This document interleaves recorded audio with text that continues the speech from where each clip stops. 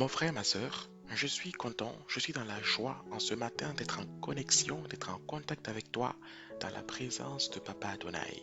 Nous avons un Dieu si merveilleux, un Père si excellent et glorieux qui se soucie tellement de nous, qui nous chérit à tel point qu'il prend soin au quotidien, mon frère, ma sœur, à nous nourrir, non pas seulement d'eau, non pas seulement de pain, de lait, mais aussi de sa parole.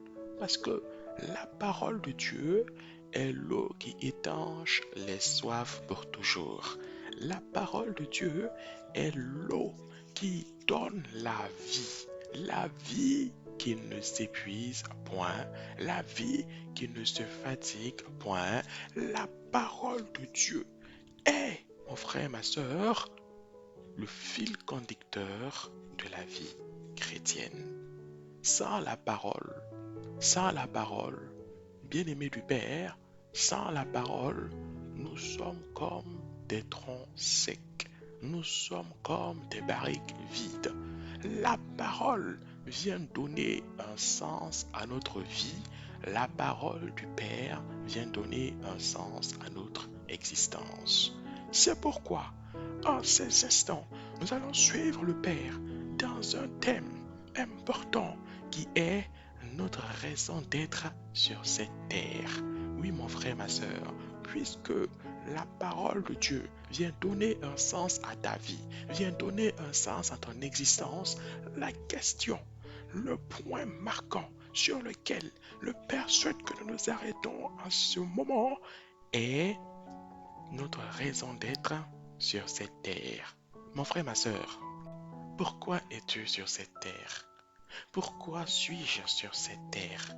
Qu'est-ce que je fais ici dans ce monde sur cette terre? C'est le thème auquel le Père voudrait que nous prenions part en ces moments. Bien-aimé de papa, pour comprendre d'abord ce thème, il est important que nous sachions certaines choses. Mon frère, ma soeur, la parole de Dieu dit qu'il est important par moment d'aller s'asseoir et d'observer la nature, de regarder les choses, comment est-ce qu'elles marchent, comment est-ce qu'elles fonctionnent. La parole de Dieu dit que lorsque Rebecca est arrivée auprès de son futur époux, Isaac, elle a trouvé l'homme là en train d'observer la nature, l'homme là en train de regarder les choses et de s'interroger sur le sens de tout cela. Oui, à l'époque d'Isaac, la Bible telle que nous le connaissons aujourd'hui n'existait pas.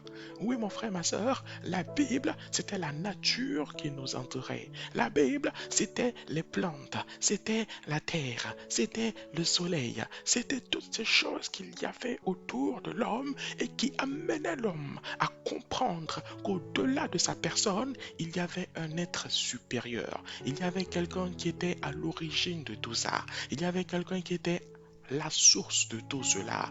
Et ce quelqu'un te parle en ces moments et me parle en ces instants également. Ce quelqu'un s'adresse à nous en ces instants. Alors, prenons le temps de l'écouter. Prenons le temps de nous laisser conduire par son esprit de sagesse au cours des instants qui suivent dans sa sainte parole. Mon frère, ma soeur, il est important de comprendre que toute chose fonctionne selon des cycles. Oui, bien-aimé du Père, tu as bien entendu, selon des cycles. Regarde le soleil qui se lève et qui se couche, et qui se lève encore. Regarde les années qui défilent les unes après les autres, les saisons qui alternent les unes aux autres. Mon frère, ma soeur, regarde ce que les astronautes ont découvert avec le temps, que la Terre a une forme de boule qui tourne sur elle-même et qui tourne autour du Soleil. Regarde le Soleil, il y a également une forme de boule comme la Terre et qui tourne aussi. Mon frère, ma soeur, regarde les planètes qui ont toutes ce point commun d'être rondes comme des boules. Mon frère, ma soeur, les étoiles au loin. Oui, mon frère, ma soeur, tout ceci fonctionne selon le rythme du cycle. C'est ainsi donc que l'on parle du cycle de la vie. Pourquoi suis-je sur la terre? Cette question, Adam se l'est posée avant toi et moi. Cette question, Adam et Ève se l'ont posée, bien-aimé du Père. Pourquoi es-tu dans ce monde? Es-tu venu seulement pour parcourir cette terre? Es-tu venu seulement pour être un habitant de plus sur cette planète? Bien-aimé du Père, celui qui t'a créé, celui qui a créé toutes ces planètes, celui qui a créé ce soleil que tu vois, celui qui a créé toutes ces choses qui t'entourent, t'invite à prendre sa parole et à aller dans le livre, dans le beau livre des psaumes, au chapitre 20 et au verset 6. Bien-aimé du Père, psaume chapitre 20, verset 6. Le Père veut nous répondre ici. Le Père te dit et me dit, si tu es prêt, si tu es prête, bien-aimé du Père, nous lisons ensemble psaume chapitre 20, verset 6. Nous nous réjouirons de ton salut. Nous dresserons l'étendard au nom de notre Dieu. L'Éternel exaucera tous tes vœux. Alléluia. Nous nous réjouirons de quoi? De ton salut. Alléluia. Mon frère, ma soeur, Dieu a du plaisir. Dieu a du plaisir de voir ses enfants, de voir sa création, de voir sa créature recevoir le salut qui vient de lui. Le salut dans la vie d'un homme suscite du bonheur dans le cœur de Dieu. Le salut dans la vie d'un être humain fait exploser des tonnerres de joie dans le cœur de Papa bon Dieu. Alors, mon frère, ma soeur, pourquoi es-tu sur cette terre? Pourquoi es-tu enfant de Dieu dans ce monde? La réponse est toute évidente. C'est afin que les hommes et les femmes qui t'entourent reçoivent le salut qui vient du Père, le même salut qui t'anime, le même salut qui te permet chaque matin de te lever et d'aller encore toujours de l'avant.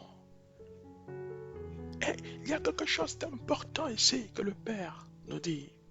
Le Père nous dit que lorsque nous fonctionnons selon sa volonté, lorsque nous acceptons d'agir selon ses ordres de mission, qu'est-ce qu'il fait? Il exauce les vœux de nos cœurs. Il exauce les vœux de nos cœurs. Il nous donne ce que nos cœurs désirent. Il nous accorde ce que nous souhaitons. Il nous offre ce que nous lui demandons. Mais la question que le Saint-Esprit te pose et me pose ici, c'est pourquoi nos prières ne sont-elles pas toujours exaucées? Pourquoi nos requêtes et nos supplications ne trouvent pas toujours l'exaucement que nous attendions? Pourquoi nos requêtes ne sont pas toujours répondues favorablement comme nous l'attendions? Cette question, bien-aimé du Père, les chrétiens du monde entier se la posent. Les chrétiens en Inde, en Asie, en Amérique, en Afrique, en Europe, tout le monde se pose cette question. Mais le Père, dans son infinie bonté, le Père, dans son infini amour, nous fait comprendre une chose importante ici. C'est que beaucoup d'entre nous avons compris que la clé de la vie sur terre pour le chrétien, c'est de partager le salut. C'est notre raison d'être dans ce monde. Mais lorsqu'on a une clé, il faut maintenant rechercher quoi? La serrure. Car la clé doit s'emboîter dans la serrure afin que la porte de l'exaucement, la porte de l'accomplissement de ce que nous avons demandé s'ouvre. Quelle est la serrure ici qui va de pair avec la clé de notre raison d'être sur terre. Allons dans le livre de Matthieu, mon frère, ma soeur, et lisons dans le livre de Matthieu au chapitre 6, du verset 25 au verset 27. Bien-aimé du Père, Matthieu chapitre 6, verset 25 à 27.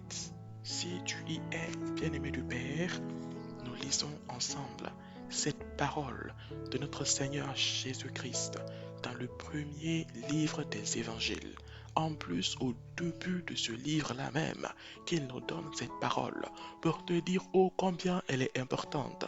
Bien-aimé du Père, Matthieu chapitre 6, verset 25 à 27, nous lisons: c'est pourquoi, nous dit donc notre Seigneur Jésus-Christ, c'est pourquoi je vous dis, ne vous inquiétez pas de ce que vous mangerez et boirez pour vivre, ni de ce dont vous habillerez votre corps. La vie n'est-elle pas plus que la nourriture et le corps plus que le vêtement? Regardez les oiseaux du ciel. Ils ne sèment pas et ne moissonnent pas. Ils n'amassent rien dans des greniers et votre Père céleste les nourrit. Ne valez-vous pas beaucoup plus qu'eux? Qui de vous, par ses inquiétudes, peut ajouter un instant à la durée de sa vie? Qui de vous, par ses inquiétudes, peut ajouter un instant à la durée de sa vie? Dans d'autres traductions, dans d'autres paroles, dans d'autres versions bibliques, le mot instant est traduit par une coudée, pour dire une longueur, aussi petite soit-elle. Mon frère, ma soeur, dans les forêts équatoriales, dans les forêts bondées d'arbres, aucun homme ne va arroser les plantes. Aucun homme ne va s'occuper de la pousse des arbres centenaires qui sont dans ces forêts-là. Dans ces forêts où vivent les animaux sauvages, aucun être humain ne va les nourrir, mon frère, ma soeur. Mais ces espèces-là vivent et se développent en paix. C'est donc, hommes que nous sommes, nous ne prenons pas soin de ces choses naturelles qui évoluent toutes seules, parce que celui qui est au-dessus de nous en prend soin. En combien plus forte raison ne prendrait-il pas soin de toi comme de moi? Voici l'état d'esprit que nous devons avoir quand nous entrons dans l'atmosphère de prière. Dieu sait que tu as des factures à payer à la fin du mois. Dieu sait que tu as peut-être un loyer si tu n'es pas propriétaire à régler à ton bailleur à la fin du mois. Dieu sait que tu as des projets pour lesquels tu as amené à avoir des charges, à payer tes employés, à payer la direction des impôts, à payer les finances publiques à la fin de chaque année ou de chaque mois. Dieu sait que tu as des enfants dont tu dois t'en occuper, des scolarités à régler à chaque rentrée académique. Le Père le sait. Dieu sait que tu ne peux pas sortir nu pour te rendre à ton lieu de service, ou à ton commerce, ou à ton école. Le Père le sait. Alors, premier secret que notre Seigneur Jésus-Christ nous révèle ici, ne focalisons pas l'énergie de nos prières sur des choses que le Père sait déjà. Ne concentrons pas la puissance de la prière que le Père nous a donnée sur des choses qu'il est en train de nous offrir déjà. Dieu ne t'interdit pas de lui parler de tes besoins. Cela lui fait plaisir, comme un père, d'entendre ses enfants lui parler de ce dont ils ont besoin. Mais apprenons à ne pas concentrer l'essentiel de nos prières sur les biens matériels, sur les choses dont le Père sait que nous avons urgemment et absolument besoin au quotidien. Deuxième secret que le Saint-Esprit cette fois-ci nous révèle, dans le livre de Jacques, au chapitre 4 et au verset 3, bien-aimé du Père, Jacques, nous allons ensemble dans ce livre précieux. Jacques, chapitre 4 et au verset 3. Nous lisons, mon frère, ma sœur, quand vous demandez, bien-aimé du Père, Jacques chapitre 4, verset 3, quand vous demandez, vous ne recevez pas, parce que vous demandez mal, dans le but de satisfaire vos passions. Ah ah! Deuxième secret, quand nous entrons dans l'atmosphère de prière, apprenons à ce que nous demandent, à ce que nos requêtes, à ce que nos vœux, à ce que nos supplications et nos souhaits soient en adéquation avec notre raison d'être sur cette terre. Dieu t'a mis là pour être son ambassadeur auprès des nations, pour être son représentant auprès de ton prochain, afin que celui qui ne connaisse pas encore Christ apprenne à connaître Christ au travers du témoignage que rend ta vie. Dieu est un Dieu de partage. Alléluia. Par conséquent, tes prières, tes demandes, si nous voulons les voir exaucées, doivent aller également dans le sens du partage.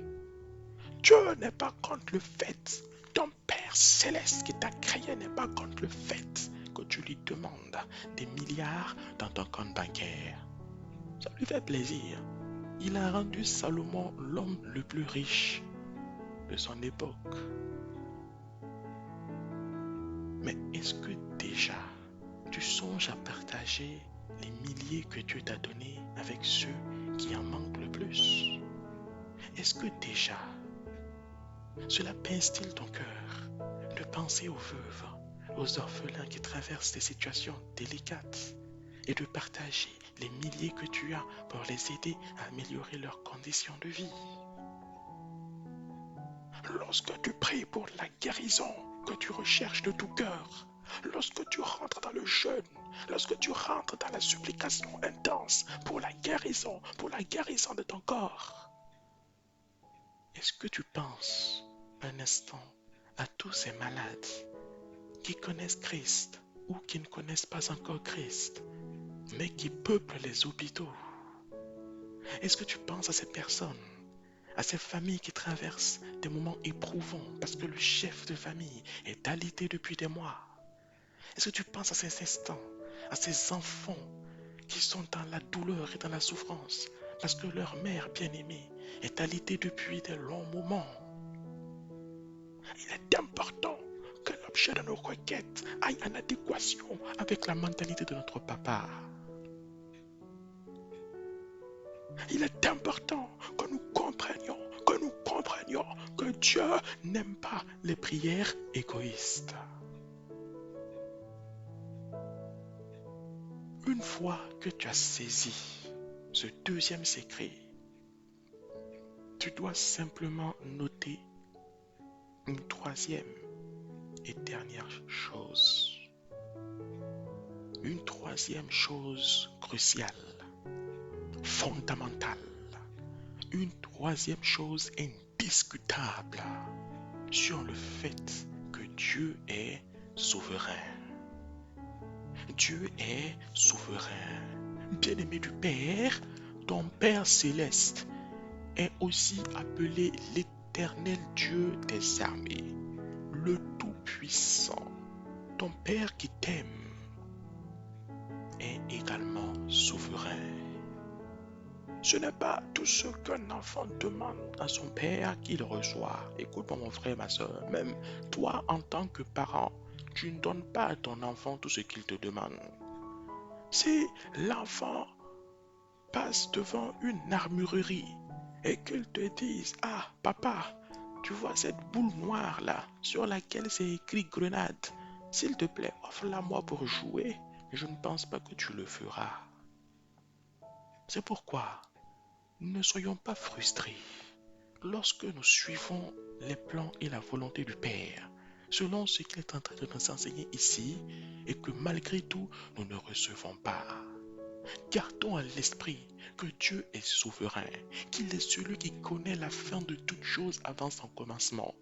Gardons à l'esprit que ce que toi tu peux penser comme étant bénéfique pour toi, dans la petitesse de ton esprit, dans les limites de tes connaissances, sache que ton Père voit déjà l'issue de toute chose avant son commencement. Et connaissant cela, t'ayant même vu avant de t'avoir créé, il sait objectivement, absolument, quels sont les dangers qui te menaceront s'il te donne exactement ce que tu as demandé, mot pour mot, couleur pour couleur, modèle pour modèle. Dieu te fera toujours grâce. Il te donnera au-delà même de ce que tu as demandé. C'est ça la beauté, la spécificité de notre Père Céleste. Tu lui as demandé un vélo. Tu t'attendais à avoir le vélo de couleur rouge, de marque X, de forme Y. Alors que tu attends patiemment, Dieu t'offre une voiture. Alors que tu attends patiemment, Dieu t'offre une longévité sans pareille. Alors que tu attends et espérais de tout cœur que l'Éternel t'accorde un enfant, il te donne une famille, des enfants et des petits-enfants.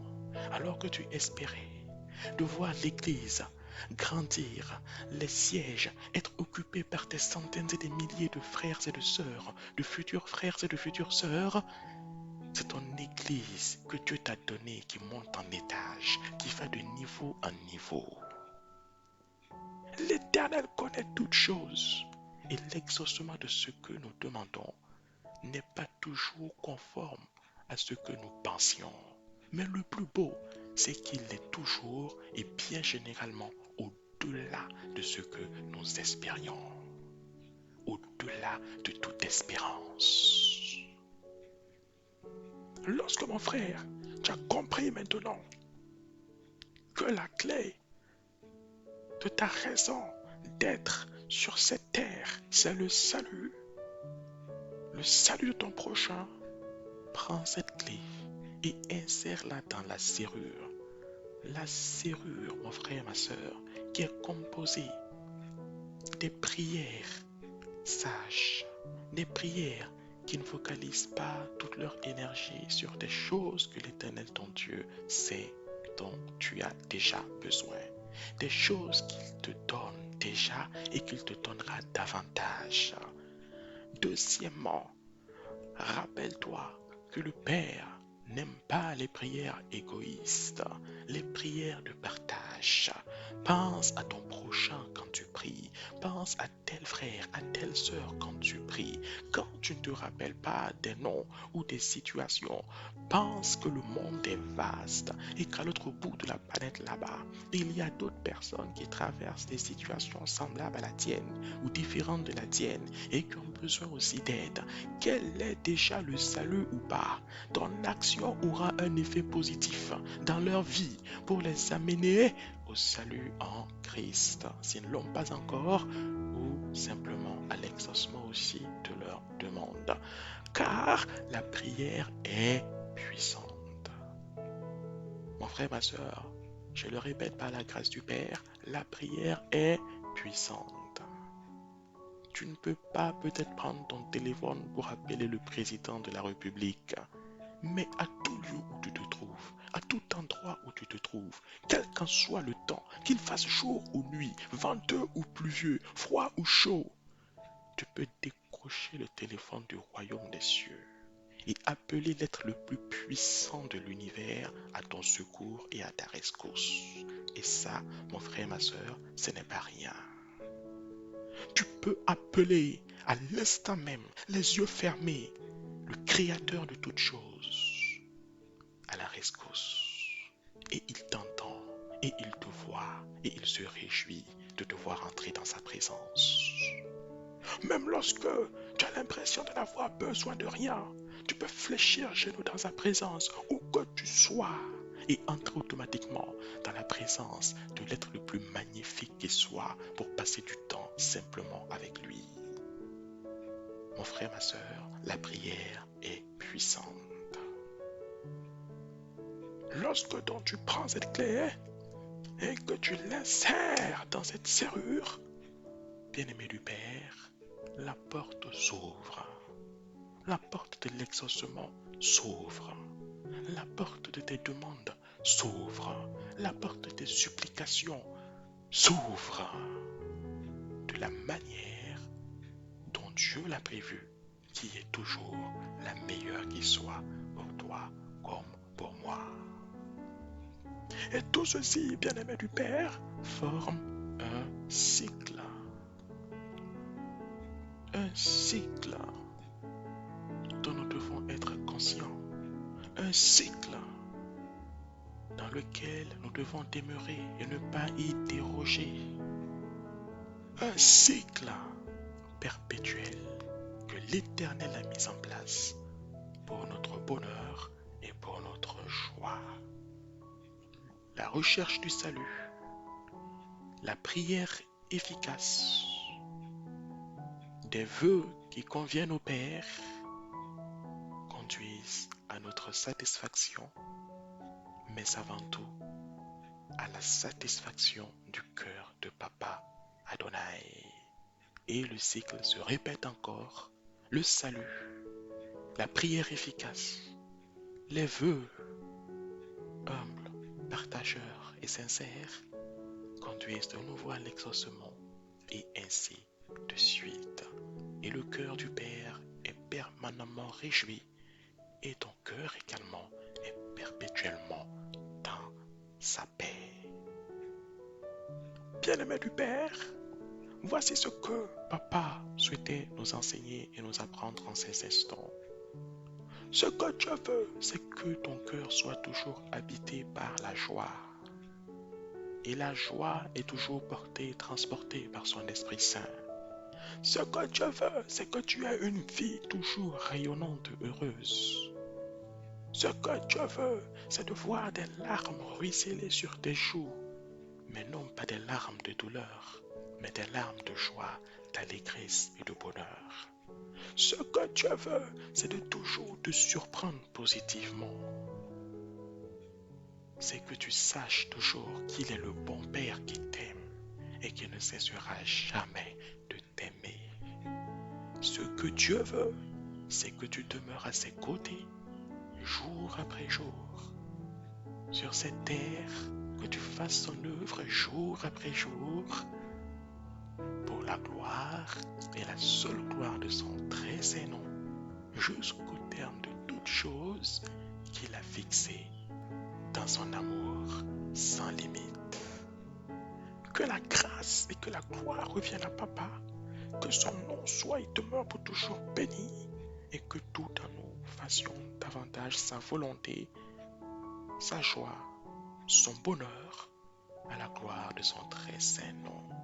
Béni soit le Père, béni soit le Fils, et béni soit le Saint-Esprit, pour les siècles et les siècles. Merci beaucoup, Père, et permets-nous encore à ton peuple et à ceux et celles qui ne te connaissent pas aujourd'hui, mais qui seront nos futures sœurs et frères en Jésus-Christ, que tous ensemble, nous puissions toujours demeurer dans ta présence, dans ton atmosphère spirituelle, et que nous puissions toujours grandir dans le chemin de la foi qui t'honore et qui exalte ta grandeur pour les siècles. C'est pour les siècles, au nom de Jésus-Christ. Amen.